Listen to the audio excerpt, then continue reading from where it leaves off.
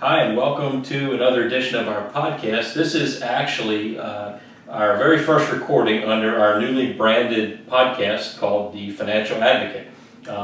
If you're a previous listener, you might know that we have actually two podcasts. One's called The Special Needs Connection, and one was called Caring for Aging Parents, where we sort of hit two different audiences, and we found that a lot of the topics that we do cross over both of those. So we decided just to lump it all into one podcast, call it the Financial Advocate Podcast.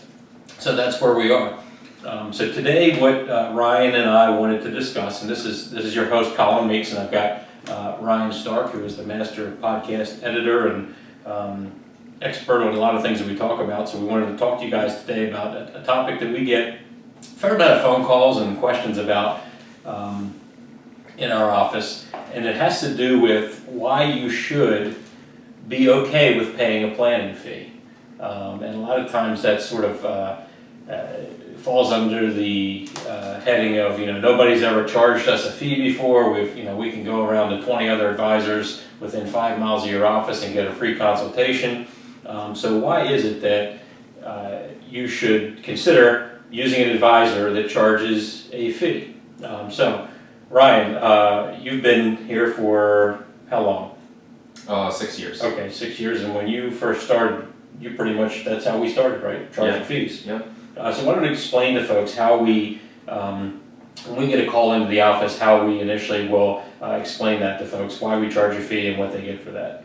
Sure, and if you heard our last podcast, or I guess our last case study, I should say, it kind of mentions our fees and our two-step process at the beginning, so I won't reiterate that, but the idea of why we charge a fee is because we realize that when we're sitting down with people, they're kind of nervous to meet us, and it's kind of like this weird situation of when are you going to ask me to move my money, or when are you going to offer me a product? Right. We just found that when people sit down, they usually have one problem on their mind, but 10 problems behind them, push back on the grill that they're not thinking about.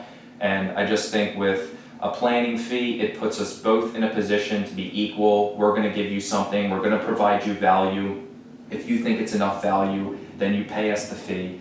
And I just think it makes it more equal for each person, so you know what you're going to get. Right, and transparency is at the heart of everything that we as financial advisors do. We do act in a fiduciary capacity, which we'll get into in a minute. But I'll tell you, I got two actual phone calls this week from folks that, and I spoke to them on the phone for about 10 or 15 minutes each. And their question was, the good analogy of what you just said was, they had this one issue on their mind. They had this chunk of money and they were unhappy with the return they were getting, and they were unhappy with CD rates, and they were basically just looking for a home for this money. Basically, where can I put this money? What kind of rate can you give me to, what's the best rate you can give me? And I can, they were shopping rates, which is okay.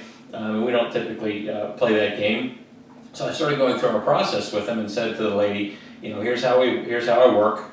And I explained the 2-meeting process and the fee, and I could tell right when I mentioned the fee, the phone call got very short. We ended about 10 or 15 seconds after that because she just wasn't going to have it. I think she was calling around a bunch of different advisors and, trying to figure out the best course of action for her. And had I had the time to explain to her why we charge that fee, I think, it probably would have crystallized a little bit more. And I always liken it to, if somebody calls up, where do I invest this X amount of dollars?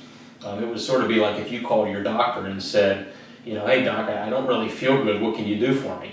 And without him asking any other questions, he could say, well, here's a list of 5 prescriptions you could take. Right. And it just doesn't make any sense to do any sort of prescription before you do the initial diagnosis. Right. So that's why we do what we do. And Ryan usually takes those incoming calls. He's very good at explaining that. So that's why the planning fee is good. And we only charge, how do we work it around? What are the fees? So for the first 2-meeting process, it's $300. You can look at it as, $300 for the package or $150 per meeting, but we collect it at the beginning and make sure that we provide enough value by the end, or you can get a money back refund. And then that leads into the planning fee. If you have enough going on, if you need our help, if you get a good vibe from us and we continue to work together, then that will go into a possible planning fee, which can range from a few things. But normally it's above $1,500. and including that $300. So it's really about $1,800, but because you already paid $300, we subtract that, and then you just pay the remainder. Could be a little bit less, but I would say that would be the average, and usually it's more just because we're dealing with people who have more going on. Okay. Yeah, and if we're dealing with a family that has a special case, say they have a child with special needs, or a parent that's going into a nursing home, or there's all these different variables going on that we need to actually really do some digging and come into situations that are going to take a little more time. And again, transparency is the key here. We want to make sure that before you make any decisions, before any of our clients make any decisions, they know exactly what the cost, what the benefits are, what the potential drawbacks are, what the potential gains and opportunities are. So we want to lay all that out. And the only real way to do that is to take the time to write up a financial plan and present that, and make sure that we're covering all the bases that they want covered. I mean, it's really easy to say, hey, we can get you 3% on a 5-year fixed whatever, and leave it at that, and we could do a lot of business that way. It wouldn't really be probably not in the client's best interest, but we sell a lot of products that way, but that's just not the way we work.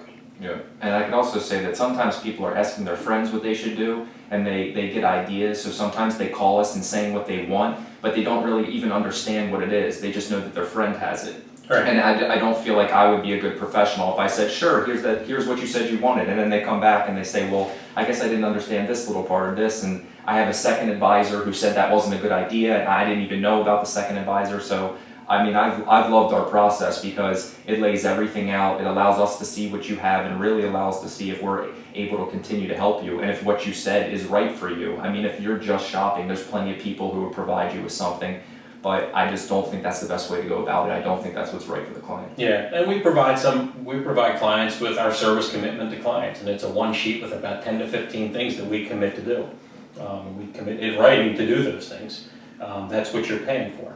And I will tell you that the big push now with our industry is to be a fiduciary advisor, to act in the client's best interest. Excuse me.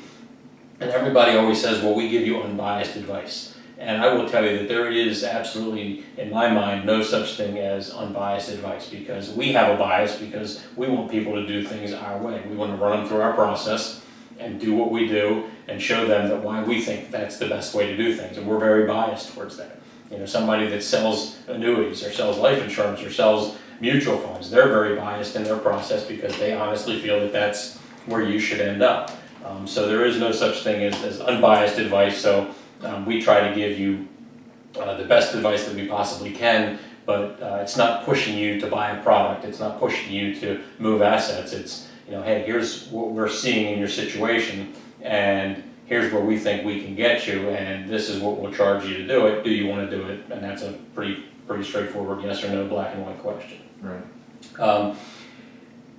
Just to put a final period on this, fees, because they do seem to drive things.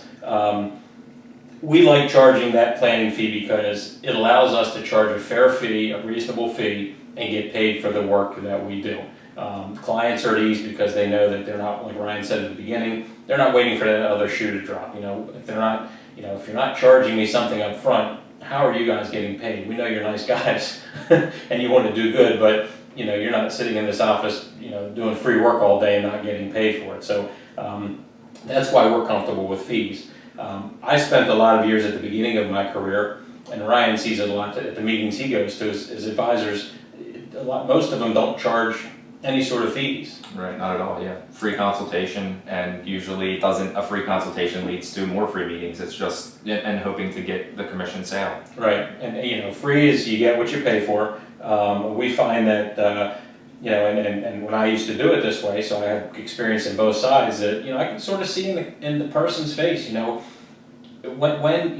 how is the guy going to get paid, and when is he going to propose something to me, and so that he can, get me to do something so that he actually generates money to move so that he can make some money. And, in that situation, the advisor does not get paid what normally until you actually do something. And what it works out to be is a free consultation. And in my mind now, when I hear that, whether it's financial or whether it's, I hear attorneys saying, give me a free consultation. I hear, accountants, all the different kinds of professionals doing this, is you're not getting a free consultation. They're going to find out enough information about you on a very narrow basis to find out, is there something they can sell you? Yeah. And that's not, we're not looking to make a sales pitch, so, that's our podcast today. I mean, why paying a planning fee is good. Yeah, I agree. And just to add a tiny bit, I had a woman mention to me, I was helping with a Medicaid annuity, and it was her daughter, and we were, kind of going through the process, and she said, I really appreciate how you helped me, what's your capacity, what can you do? And I said, well, I'm a planner, and she said, well, I got $60,000, like, for you to manage, or something, something along those lines. And as a young advisor, it's hard to turn that kind of stuff away when you see free money and they just hand it to you. But again, I believe in the process, and I don't believe in just taking somebody's money and throwing it somewhere. If you're not going to show me everything, then I'm glad you trust me, but now I don't necessarily trust you. And we both have to trust each other. I have to know that you're willing to show me everything so I know I can plan for you. And that's, it comes with a fee, it comes with a price. I just think it's more fair, and I like doing it that way, Right, and what inevitably happens is when we accept that kind of business against our better judgment, but because we want to be nice and help people, and we don't take them through our process and charge those fees. And what's happened in the past is, we will take that money and invest it. And then it blows up in our face because we didn't find out, they had X, Y, and Z behind. They had all these special circumstances that, they needed this money for certain things, but they didn't tell us that on the front end. Or, they didn't have the other money that they were telling us about, and this was their life savings. So it really doesn't do us any good to accept that kind of business, and it really doesn't do clients any good to do that kind of business, because you're really not having somebody look at your entire picture. So why paying a planning fee is good. That's our episode of the Financial Advocate. Welcome to listening if you're a first-time listener. Ryan and I will be doing weekly case studies like this, so please feel free to check back every week, and we'll get you the next case study next time. Thanks for listening. Good? Cool.